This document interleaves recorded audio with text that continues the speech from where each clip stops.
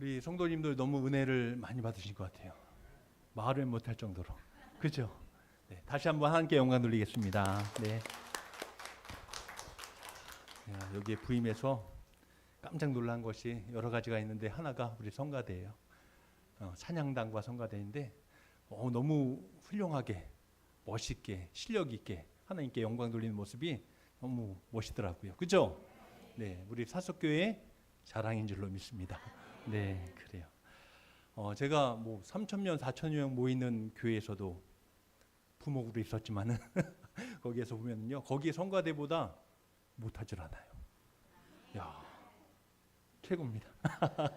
네, 오늘 아까 또 이렇게 정공 집사님하고 은서가 이렇게 나와서 찬양하는데 하마터면 앵콜할 뻔했습니다. 네.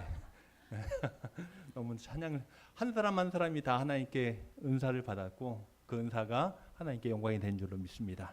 우리 사석교회가 그렇게 세워진 자리에서 각자가 그렇게 나는 그런 거 못해 그게 아니라 여러분들에게 다 은사가 있습니다. 그 주신 자리에서 열심히 하나님께 영광 돌리며 하나 될 수 있는 우리 모두가 되시기를 주님의 이름으로 축복합니다. 자, 오늘도 함께 인사 나누겠습니다. 사랑합니다. 축복합니다. 인사하겠습니다. 네. 사랑합니다. 축복합니다. 네. 너무 덥죠? 예, 누가 옆에 오면은 밀어내고 싶을 정도로. 근데 교회 안에선 더 하나 되어야 될 줄로 믿습니다. 아유, 저리가 더워. 이렇게 하지 말고 우리가 하나 되고 또 붙들어주고 또 연합해 나갈 수 있는 우리 사석교회가 되기를 주님의 이름으로 축복합니다. 네. 자, 오늘 계속해서 말씀을 함께 나누겠습니다. 네. 계속해서 우리가 함께 나누고 있는 주제가 하나님과 동행하는 사람, 동행 시리즈. 네, 하나님과 동행하는 사람. 오늘은 시편 51편 말씀을 가지고 숨기지 않고 돌아오는 사람이란 말씀으로 함께 나누겠습니다. 여러분, 우리는 죄를 한 번도 짓지 않을까요? 지을까요? 지난 한 주간도 여러분 죄를 안 지은 분 한번 손 들어보세요. 네, 없죠? 죄를 지은 분 한번 손 들어보세요. 저요. 저부터 졌어요. 네. 생각으로 죄짓고 입술로 죄짓고 마음으로 죄짓고 행동으로 죄짓고 어느 순간 내가 나 똑바로 살아야지 하다 보면은 내가 정신 차리고 보면 내가 뭐 하고 있는 거예요? 그러게요. 잘못되고 있더라고요. 막 죄짓고 있어요. 네. 누구한테 죄짓고 있어요? 먼저 하나님 앞에 죄짓고 있고 누구한테요? 또 엄마한테. 그렇지. 너 무슨 죄 졌니? 그래. 옆에 있는 사람, 가장 가까이 있는 사람한테 어느 순간 내가 잘못하고 있더라고요. 함부로 말하고 함부로 대하고. 네. 죄는 사람을 하나님에게서 멀어지게 할 뿐만 아니라 자기 자신에게서 또 숨게 만드는 것입니다. 죄 있는 사람은 자꾸 특징이 뭐예요? 숨어요. 자꾸 숨어요. 저번에 한번 말씀드린 것 같아요. 네. 마음에 병이 들기 시작하면은요, 교회 안에도 딱 보면은요, 처음에 그분이 은혜 받으면 어디부터 앉을까요? 앞자리부터 앉아요. 오늘도 은혜 받아야지. 근데 우리 교회는 다 지정석이라 그게 아닌데 은혜 받아야지. 앞자리부터 앉는데 이제 점점 막 시험이 들어요. 그러면 어디로 갑니까? 중간으로 갔다가 더 시험 들어요. 어디로 갑니까? 맨 끝자리로. 더 시험 들어요. 어떻게 합니까? 안 와요. 내가 아까 말씀드렸죠. 큰 교회들은 중간중간 뭐가 있어요? 워낙 크다 보니까 기둥들이 있어요. 여기 기둥, 저기 기둥. 제가 다 알아요. 이렇게 제가 사입으로 딱 올라가면 저분 시험 든 분이구나. 어디 숨어 있어요? 기둥 뒤에 숨어 있어요. 여러분 다 보이니까 숨을 데 없습니다. 근데 뭐라고요? 엄마 뒤에 숨었어? 무슨 시험? 목사님이 시험 들게 했니? 그래요. 어떤 분은 또 이렇게 이렇게 보면 다 알 수 있습니다. 앞에 있는 분이 좀 등치가 좀 있다 그러면 어디 숨어요? 기둥이 없으면 거기에도 숨어요. 이렇게. 그래요. 숨게 만드는 거예요. 숨게 만들어요. 시험이 오거나 죄가 오면은요, 우리는 내 자신에게도 숨게 만들어요. 잘못을 인정하기보다는 이유를 찾게 만들어요. 이것 때문에 그랬어요. 저것 때문에 그랬어요. 나 원래 안 그러려고 그랬는데 이것 때문에 그래요. 이유를 찾게 만들어요. 죄의 본질을 바꾸어서 가볍게 여기도록 만드는 것입니다. 이 정도야. 이럴 수도 있지. 이 정도쯤이 할 수 있지 하면서 결국 사람은 죄를 버리는 대신에 이건 죄구나 끊어내는 대신에 죄를 감추는 일에 더 많은 에너지와 힘을 쓸 때가 많다는 것입니다. 다윗이 바로 그렇게 했다는 것입니다. 다윗이 어떤 사람이에요? 하나님 마음에 합한 사람인데, 하나님의 기쁨에 된 사람인데, 이 사람이 죄를 지으니까 어떻게 됩니까? 자꾸 덮어요. 또 덮고 또 덮고. 누구 앞에서요? 하나님 앞에서, 사람 앞에서. 바세바와 범죄한 후에, 이 간음 사건 이후에 다윗은 자신의 죄를 드러냈습니까? 아니에요. 감추려고 하다 보니까 누구까지 죽이게 됐죠? 우리야. 그의 남편, 그녀의 남편 우리야까지. 죄를 감추려고 할수록 또 다른 죄가 이어지고 있는 것입니다. 하나님께서 그래서 나단 선지자를 보내주셨어요. 그래서 보게 해주셨어요. 다윗, 네가 이런 사람이야 하면서. 그때 다윗이 끝까지 숨었을까요? 아니에요. 그때 드러냈어요. 더 이상 변명하지 않습니다. 이유를 찾지 않습니다. 사무엘하 12장 13절 말씀에 내가 여호와께 죄를 범하였노라 하면서 자복하며 엎드리는 모습이 나옵니다. 그리고 이때 쓰여진 시편이 바로 오늘 시편 51편이에요. 그 당시에 이 다윗이 하나님 앞에 무릎 꿇으며 엎드리며 통에 자복하며 쓴 시가 바로 오늘 시편 51편입니다. 이 고백에서 나온 기도죠. 다윗은 자신의 체면이나 명예를 지키려고 하지 않고 하나님 앞에서 자신의 마음을 활짝 열었습니다. 자신의 잘못을 작게 만들지 않았고 다른 사람에게 책임을 돌리지도 않았습니다. 주님과 동행하는 사람은 말에나 행동에나 실수 한 번 하지 않는 사람이 아닙니다. 우리는 계속 다 실수투성이입니다. 그렇죠? 다 실수투성이에요. 네. 그런데 그것을 깨닫고 숨기지 않고 다시 하나님께로 돌아오는 사람, 그 사람이 바로 하나님과 동행하는 사람임을 잊지 마시기 바랍니다. 네. 나는 완전 무결해. 그런 사람은 아무도 없습니다. 아무리 거룩하게 잘 살았다고 해도 그 안에 다 흠이 있고 티가 있는 거예요. 그런데 그것을 깨달았을 때 돌아올 줄 아는 사람. 오늘 시편 51편은 다윗의 기도예요. 주님과 동행하며 살아가는 사람이 어떤 하나님 앞에 돌아오면서 어떤 기도를 하는지 오늘 보여주고 있습니다. 이 말씀 가운데 저와 여러분들이 다시 붙잡고 나갈 수 있는 믿음의 자리가 되시기를 주님의 이름으로 축원합니다. 자, 첫 번째는 이것입니다. 하나님 앞에서 내 마음을 숨기지 않는다는 것입니다. 하나님과 동행하는 사람은요, 하나님 앞에서 무엇을 숨기지 않아요? 마음을 숨기지 않는 거예요. 마음을 숨기지 않아요. 여러분, 내가 아까 말씀드렸죠. 내 마음 속에 죄가 딱 들어오면은 뭐부터 숨기려고 합니까? 내 마음부터 숨기려고 해요. 옆에 있는. 자, 부부 관계 속에서 한번 생각해 보세요. 내가 아내한테 뭐가 그게 있어요. 잘못한 게 있어요. 그러면은 뭐부터 숨겨요? 마음. 한번 생각해 보시기 바랍니다. 네. 누구한테 물어봐야지 시험 안 들까? 네. 제한테 한번 저를 적용시켜 보면 그래요. 내가 집사람한테 뭐가 좀 잘못한 게 있어요. 그러면은요, 안 그런 척 해요. 뭐부터 숨겨요? 마음부터 숨겨요. 네. 그런데 하나님 앞에서도 그럴 수 있다는 거예요. 마음을 숨기고 있는 거예요. 그런데 하나님과 동행하는 사람은 그 하나님 앞에서 마음을 숨기지 않는다. 자, 6절입니다. 6절 말씀 한번 보시죠. 6절 시작. 보소서 내게 지혜를 은밀히 가르치시리이다. 아멘. 보소서 주께서는 중심이 진실함을 원하시오니 이라 말하고 있습니다. 숨기는 거예요? 내려놓는 거예요? 내려놓는 거예요. 주님 앞에 내려놓는 거예요. 다윗은 하나님께서 원하시는 것이 겉으로 드러난 모습만이 아니다라는 것입니다. 중심의 진실함을 원하시는구나라는 것입니다. 이 시간 예배 가운데 우리의 중심이 하나님 앞에 진실함으로 나아갈 수 있기를 간절히 원합니다. 다윗은 하나님께서 원하시는 것은 바로 그것이라는 것을 깨달았습니다. 다윗의 죄는 사람들에게 쉽게 드러나지 않았습니다. 그는 왕의 힘과 권력을 이용해서 자신의 죄를 철저히 감추었습니다. 겉으로는 아무 일 없는 것처럼 왕의 자리에 앉아 있었습니다. 그러나 하나님 앞에서는 숨길 수가 없다라는 것입니다. 한번 따르겠습니다. 하나님은 다 하신다. 그래요. 이 시간 여러분의 마음을 하나님께서는 어떻게 하신다고요? 다 하세요. 여러분 저를 속일 수 있을까요? 없을까요? 있어요.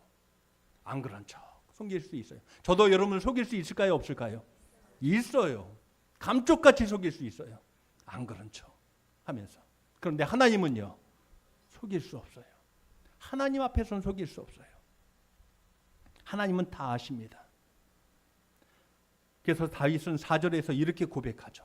4절 말씀을 한번 보시면요, 내가 주께만 범죄하여 주의 목전에 악을 행하였사오니 라고 말하고 있습니다. 내가 주께만 범죄하여 주의 목전에 악을 행하였사오니. 여기서 오해하지 말아야 할 것은요, 다윗이 지은 죄가 밧세바나 우리아와는 관계가 없다는 뜻이 아니에요. 다윗은 분명히 그들에게도 뭘 지은 거예요? 죄를 지었습니다. 큰 죄를 지었습니다. 그러나 모든 죄의 가장 근본적인 성격은 하나님의 말씀을 거역한 것입니다. 말씀을 떠난 것이 죄임을 잊지 마시 바랍니다. 한번 따라하겠습니다. 말씀을 떠난 것이다. 그래요. 죄가 뭐라고요? 말씀을 떠난 것이 죄예요. 나 다른 사람 뭐 속였네요, 거짓말했네요, 뭐 훔쳤네요. 물론 그것도 죄지만은 가장 죄의 본질은 무엇인가? 말씀을 떠난 거예요. 말씀을 떠났다는 것은 누구를 떠났다는 걸까요? 그렇죠. 하나님을 떠나며 사는 거예요. 입술로는 주여 주여 하는데 내 삶에는 하나님이 안 계신 거예요. 이것이 죄라는 것입니다. 말씀을 거역하는 것입니다. 사람에게 숨길 수 있어도 하나님 눈앞에서는 숨길 수가 없는 것입니다. 그래서 히브리서 4장 13절에 이렇게 말씀하고 있죠. 지으신 것이 하나도 그 앞에 나타나지 않음이 없고 우리의 결산을 받으실 이의 눈앞에 만물이 벌거벗은 것 같이 드러나느니라 말하고 있습니다. 언젠가 결국 하나님 앞에 뭘 받는다고요? 결산을 받을 때가 있는데 그때 모든 것이 만물이 벌거벗은 것 같이 드러난다라는 것입니다. 숨길 수가 있다는 거예요, 없다는 거예요? 그때는 아무것도 없는 거예요. 벌거벗은 것처럼 다 드러난다는 것입니다. 하나님은 우리의 행동만 아니라 우리의 마음의 동기까지도 다 알고 계십니다. 사람에게는 믿음이 좋아 보일 수 있지만은 마음속에는 어느 순간 교만이 들어올 수 있어요. 입술로는 용서했다고 말하면서 마음으로는 미움을 품고 있을 수 있어요. 겉으로는 사랑해 사랑해 하면서도 그 마음에는 시기와 질투로 가득할 수 있어요. 겉으로는 순종하면서도 속으로는 자신의 뜻을 고집할 수 있습니다. 이것이 우리의 마음이에요. 그래서 회개의 시작은 사람 앞에서가 아니라 하나님 앞에서 정직해지는 것이 진짜 회개의 시작입니다. 누구 앞에서요? 하나님 앞에서. 자신의 죄를 축소하거나 변명하지 않고 하나님께서 죄라고 하시는 것들을 그대로 죄라고 인정할 줄 아는 것. 하나님, 내가 죄인입니다. 내가 죄입니다. 내가 또 죄를 지었네요 하면서 하나님 앞에 그 죄를 고백하며 인정할 줄 아는 것. 이것이 회개의 시작입니다. 3절 말씀에 보시면은 이런 고백도 합니다. 무릇 나는 내 죄가를 아오니 내 죄가 항상 내 앞에 있나이다 라고 말하고 있습니다. 다윗은 다른 사람의 죄를 말하지 않습니다. 이 사람은 죄는 이렇고요, 저 사람 저는 죄는 이렇습니다. 네. 다른 사람의 죄를 말하는 것이 아니에요. 누구의 죄를 말하는 거예요? 내 죄, 내 죄과 내 죄라고 표현하고 있습니다. 근데 우리는 자꾸 누구를 바라봐요? 옆에 있는 사람. 자, 옆에 있는 분 한번 얼굴 보세요. 보이시죠? 뭐가 보입니까? 지난 한 주간 동안 당신이 뭘 한지 난 다 알아. 그렇죠? 그래요. 우리는 나는 저 사람보단 나라는 생각을 어느 순간 하며 살아갈 때가 많아요. 나는 이 사람보단 나. 그래도. 근데 아무것도 아니에요. 도토리 기적이에요. 그 사람이 죄나 오히려 내 죄가 더 커요. 우리는 다른 사람의 눈에 있는 티끌을 빼려고, 너 눈 속에 뭐 작은 티끌이 있어 빼야. 근데 내 눈 속에는 뭐가 있다고요? 들보가 있어요. 더 큰 것이 있어요. 엄청난 것이 있어요. 여러분, 다윗은 다른 사람의 죄를 말하지 않는다고 했죠? 내 죄과 내 죄예요. 진짜 회개는 다른 사람을 바라보는 눈을 먼저 자신에게로 돌리는 것이, 그것이 진짜 회개의 시작입니다. 내가 죄인입니다 라는 것입니다. 한번 따라하겠습니다. 내가 죄인입니다. 네. 우리는 자꾸 이 사람보단 내가 그래도 낫습니다, 그렇게 내가 여기며 살았는데 아니에요. 하나님, 내가 죄인입니다 라는 것입니다. 예수님께서도 누가복음 18장의 말씀에 보니까 바리새인과 세리의 기도를 말씀하시더라고요. 바리새인의 기도는 어떤 기도를 했습니까? 나는 어떻다고요? 잘났습니다. 그래요. 나는 잘났습니다. 나는 소득의 11조도 꼬박꼬박 했고요. 금식 기도도 절기따위마다 꼬박꼬박 했고요. 열심히 뭘 지켰어요? 율법도 지켰고요. 나는 그래서 어떻다고요? 나는 의로운 사람입니다. 난 잘난 사람입니다. 이런 기도였습니다. 그러니 내 기도를 들어주시옵소서. 나는 저 세리처럼 다른 곳 사람을 토색하지도 않습니다. 자신의 의로움으로 가득 채워졌습니다. 그런데 세리의 기도는 어떨까요? 세리의 기도는요. 감히 가까이 오지도 못하고 멀리 서서 가슴을 치며 뭐라고 해요? 세리는 멀리 서서 감히 눈을 들어 하늘을 쳐다보지도 못하고 다만 가슴을 치며 이르되 하나님이여 불쌍히 여기소서. 나는 죄인이로소이다. 이것이 누구의 기도였어요? 세리의 기도였어요.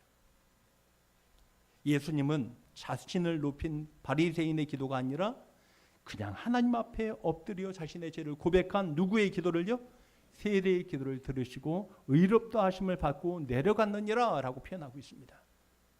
하나님은 누구의 기도를 들으셨다고요? 세리의 기도를 들으신 거예요.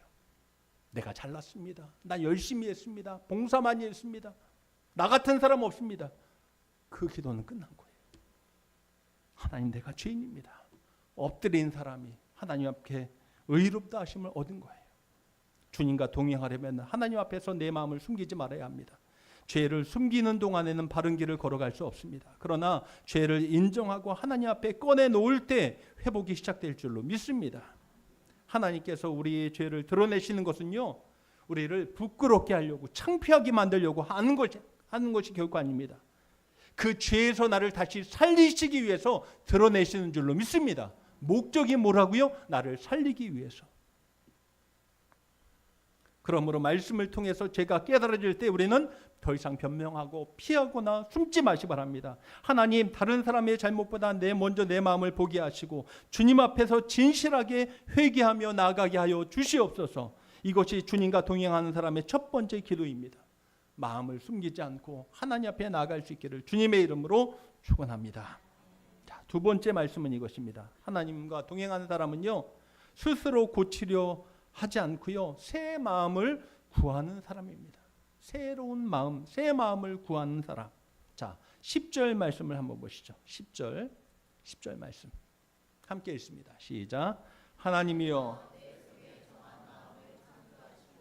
내 안에 정직한 영을 새롭게 하소서. 아멘. 다시 또 이렇게 고백하며 기도하더라고요. 하나님이여 내 속에 정한 마음을 창조하시고 내 안에 정직한 영을 새롭게 하소서. 다윗은 죄를 인정하는 데서 멈추지 않습니다. 자신의 마음을 내려놓는 것에서 멈추지 않습니다. 자신의 마음을 근본적으로 새롭게 해달라고 오늘 간구하고 있습니다.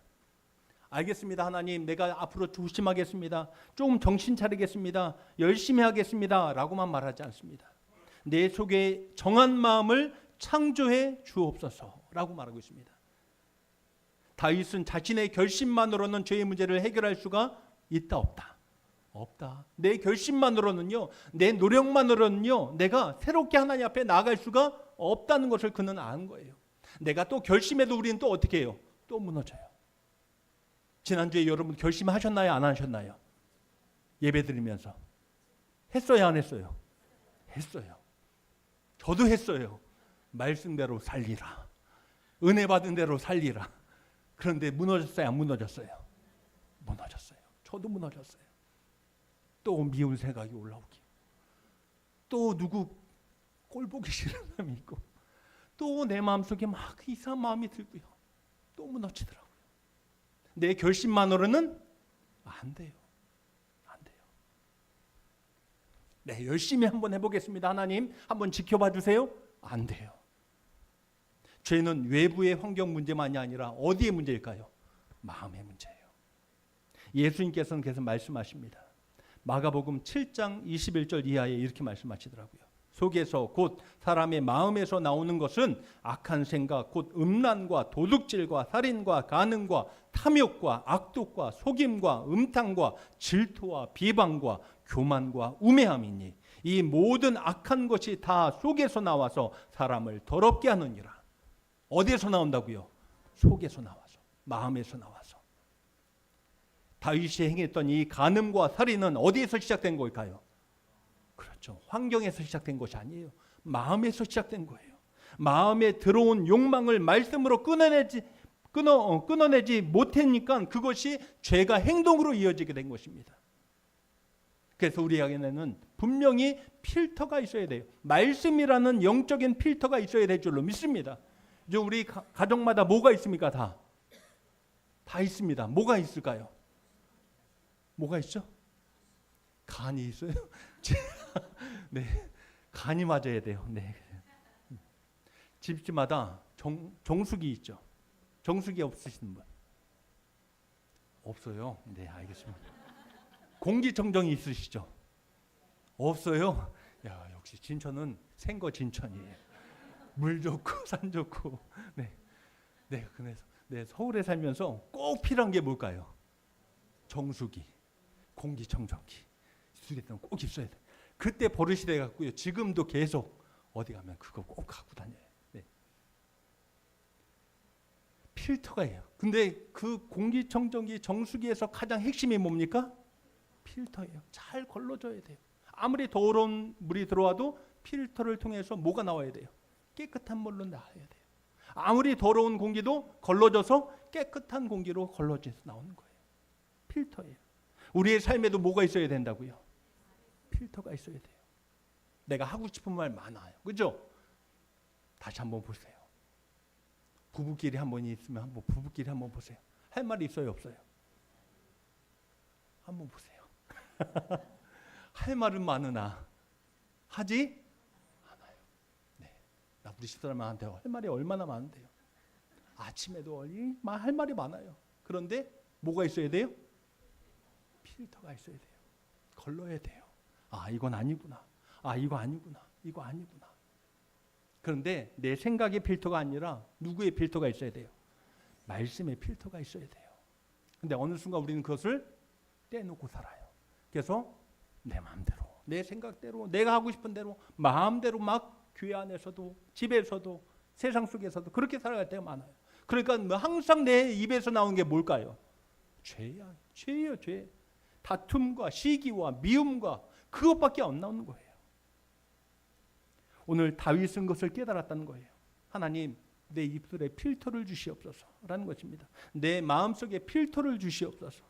그러므로 행동만 바꿔서는 충분하지 않습니다. 죄를 만들어내는 내 마음이 새로워져야 될 줄로 믿습니다. 그래서 다윗은 어떻게 해요? 내 정한 마음을 내 안에 어떻게 해달라고요? 창조하시고 내 속에 정한 마음을 창조하시고 라고 먼저 간구하고 있습니다. 여러분, 창조는 누가 하시는 거예요? 내가 할 수 있는 것이 창조가 아니에요. 우리는 피조물이에요. 누가 하십니까? 하나님이 하실 수 있습니다. 창세기 1장 1절 태초에 하나님이 천지를 창조하시니라. 무에서 세상을 창조하신 하나님만이 내 심령, 내 더러워진 이 마음, 죄로 가득한 이 마음을 새롭게 하실 수 있다는 것입니다. 그렇게 하나님 안에 세워져 갈 수 있기를 주님의 이름으로 축원합니다. 하나님께서 에스겔 선지자를 통해서 자기 백성에게 새 마음을 주시겠다고 약속하셨죠. 에스겔서 36장 26절 말씀을 보니까 또 새 영을 너희 속에 두고 새 마음을 너희에게 주되 너희 육신에서 굳은 마음을 제거하고 부드러운 마음을 줄 것이며 라고 말하고 있습니다. 하나님이 주시는 새 마음은 죄로 굳어진 마음이 아니라 말씀에 반응하는 부드러운 마음인 줄로 믿습니다. 한번 따라하겠습니다. 부드러운 마음. 옆에 있는 분들과 함께 인사 나누겠습니다. 부드러운 마음을 가집시다. 인사하겠습니다. 부드러운 마음을 가집시다. 네. 여러분, 지금 내 마음, 지금 내 마음은 여러분 부드러운 마음 같아요? 아니면은 날카로운 마음 같아요? 부드러운 마음 같아요? 예, 우리 찬영이는 날카로운 마음이야? 근데 우리는 부드러운 마음을 가져야 될 줄로 믿습니다. 네. 세상에서 그렇게 말하잖아요. 어떻게 살려고요? 둥글둥글하게 살자고. 그렇죠? 모나면 돼야 안 돼요? 모난 돌이 정 맞아요. 둥글둥글하게 살아야 되는데 우리는 어느 순간 그렇게 까칠까칠하게 살더라고요. 우리 내 마음속에 우리가 그렇게 기도하기 원합니다. 하나님, 내 마음이 어떤 마음이 되게 해달라고요? 부드러운 마음이 되게 해주시옵소서. 이 시간 끝나서 내가 한번 식당 가서 보면은 다 부드러운 마음인지 까칠한 마음인지 내가 다 볼 수 있습니다. 한번 보세요. 여러분의 가정에 돌아가서도 어떤 마음으로요? 내 마음속에 막 딱 올라오려고 하면은 그때 빨리 어떻게 해야 돼요? 그렇죠. 필터를 거쳐서 어떤 마음으로요?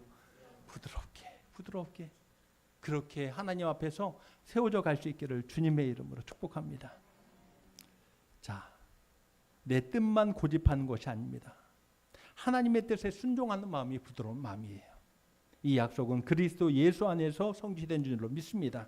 고린도후서 5장 17절에 그런즉 누구든지 그리스도 안에 있으면 새로운 피조물이라. 이전 것은 지나갔으니 보라 새 것이 되었도다. 아멘. 우리는 조금 개선해서 새로운 사람이 되는 것이 아닙니다. 조금 바꾸어서 새로운 사람이 되는 것이 아닙니다. 예수 그리스도를 믿음으로 새로운 피조물이 된 줄로 믿습니다. 성령께서 우리 안에 거하시며 말씀을 통해서 생각과 마음을 우리 가운데 새롭게 창조해 나가시는 하나님의 손에 우리의 삶을 맡기시기를 주님의 이름으로 축원합니다. 하나님, 내 행동만 고치는 데서 머물지 않게 하시고 마음을 새롭게 하여 주시옵소서. 죄를 미워하고 말씀을 기뻐하며 주님의 뜻에 순종하는 마음을 더하여 주시옵소서.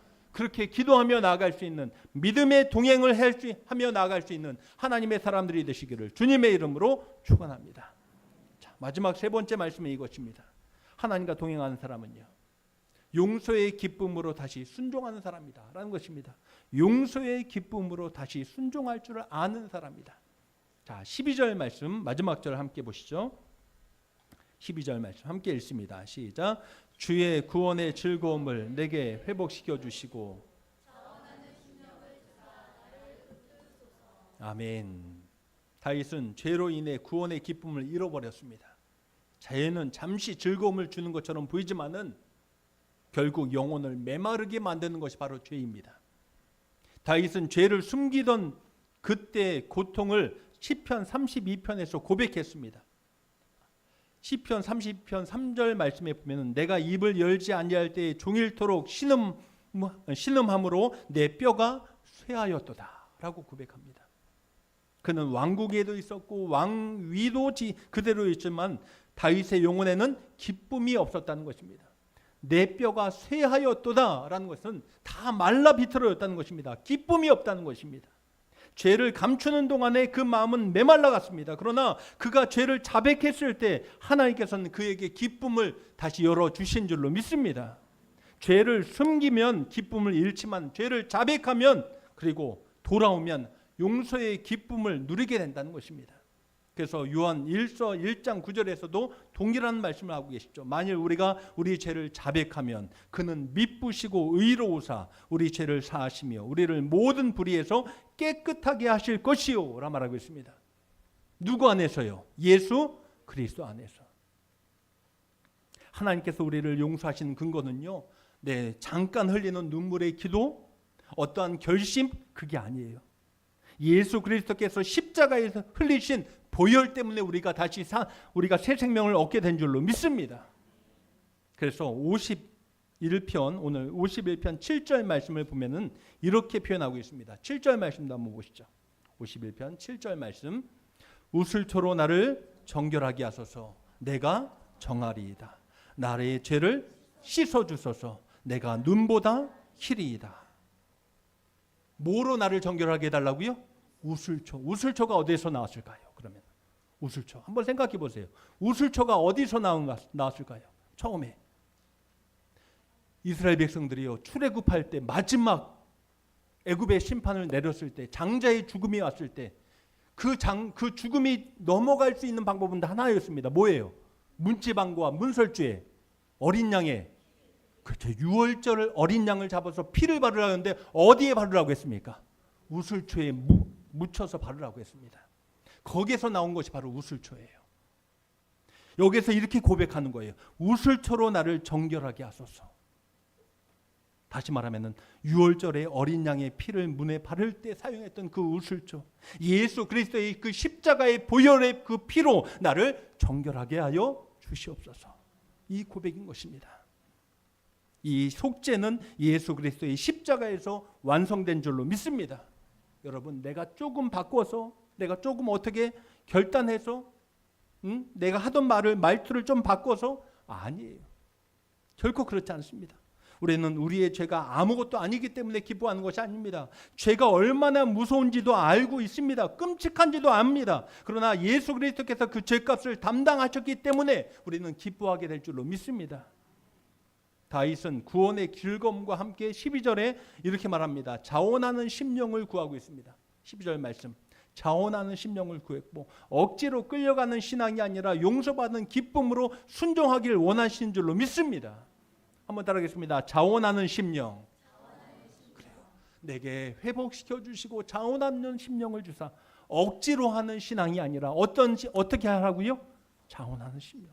자원하는 심령 안에는 뭐가 있을까요? 기쁨으로 하는 것이죠. 기쁨으로 하는 거예요. 예배도 어떤 마음으로 하는 거예요? 기쁨으로 하는 거예요. 나 오늘 예배 빠지면 또 하나님께서 또 오늘 이번 주 한 주간 또 나를 힘들게 하실 거 아니야? 아니에요. 하나님 그런 하나님 아니에요. 그런데 오늘 이 자리에 여러분 나왔으면은요, 어떤 마음으로 해요? 자원하는 심령, 기쁜 마음으로, 감사의 마음으로 하나님 앞에 나아갈 수 있기를 주님의 이름으로 축복합니다. 네. 찬양해도 자원하는 심령으로, 기도해도 자원하는 심령으로. 네. 가끔 저희 집에 아들 데리고 일할 때가 있어요. 야, 아들아, 이거 좀 해자. 뭐 사다리 피 놓고 막 이렇게 할 때가 있어요. 네. 딱 보면 알아요. 아, 그래요. 말도 더운데 아버지 같이 하시죠 하면서 자원하는 심령으로 할 때가 있어요. 그때는 뭐 어떻게 할까요? 말도 이쁘게 하고 잘 들어요. 탁탁탁 생각하면서 알아서 해요. 그런데 억지로 끌려 나와서 할 때가 있어요. 엄마한테 끌려 나오든 아빠한테 끌려 나오든 끌려 나와서 할 때가 있어요. 그럴 때는 뭐가 가득할까요? 불판. 지금 누구 욕하는 건 아니에요. 네, 욕하는 거 아니고 얼굴에 막 인상이 가득하고, 그리고 하는 말이 계속 있어요. 언제 들어가요? 언제 들어가요? 언제 들어가요? 그래요. 우리는 똑같아요. 목사님 저도 그럴 때가 있어요. 억지로 하는 것보다는 어떻게 해요? 자원하는. 근데 그 자원하는 심령은 어디에서 나와야 될까요? 그렇죠. 마음에서 나오는데 뭘 받은 마음에서요? 은혜 받은 마음에서 나온 줄로 믿습니다. 하나님께서 나에게 주신 은혜 받은 마음에서 나온 것이 바로 자원하는 심령이에요. 주의 구원의 즐거움을 내게 회복시켜 주시고 그 즐거움 있는 사람, 그리고 자원하는 심령으로 하나님 앞에 나아갈 수 있는 우리 믿음의 권속들이 되시기를 주님의 이름으로 축복합니다. 네, 말씀을 정리할게요. 죄는 우리에게 하나님을 자꾸 피하라고 숙물하고 그렇게 말합니다. 그러나 복음은 예수 그리스도께로 다시 돌아오라고 부르는 것입니다. 예수 그리스도의 피는, 보혈은 우리를 모든 죄에서 깨끗하게 하신 줄로 믿습니다. 그러므로 실패 때문에 주저하지 마시기 바랍니다. 그렇다고 죄를 너무나 작게 여기나 감추지도 마시기 바랍니다. 죄를 그대로 가지고 십자가 앞에 나아갈 수 있는 우리 모습들이 되기를 주님의 이름으로 부탁드립니다. 하나님은 상하고 통회하는 마음을 멸시하지 않으십니다. 오늘 다윗의 기도를 우리의 기도로 다시 한번 들으시기 바랍니다. 하나님이여, 내 마음을 진실하게 하옵소서. 내 안에 정한 마음을 창조하여 주시고 구원의 기쁨을 회복시켜 주시고 기쁨으로 순종하게 하시고 오늘도 주님의 은혜로 저를 붙들어 주시옵소서. 그래서 이번 한 주간도 주님의 은혜의 복음 가운데 거하며 순종하며 주님과 동행하며 살아갈 수 있는 사석의 모든 믿음의 성도들이 되시기를 주님의 이름으로 축원합니다. 기도하겠습니다. 하나님 감사합니다. 오늘도 주의 은혜로 살아왔습니다. 모든 것이 은혜인데 어느 순간 우리는 비교하며 또 거친 마음을 가지고 남을 비판하고 정죄하며 판단하며 살아갈 때가 너무나 많습니다. 다시 하나님과 동행하며 살아가게 하여 주시옵소서. 숨기지 않고 주님 앞에 나아가게 하시고 주님이 주시는 힘과 은혜로 능력으로 든든히 서가며 말씀 위에 설 수 있는 믿음의 권속들 되게 하여 주시옵소서. 이번 새로운 한 주간도 주님과 함께하며 주님이 주시는 기쁨을 가지고 살아가게 하여 주시옵소서. 축복하며 예수님의 이름으로 기도합나이다. 아멘.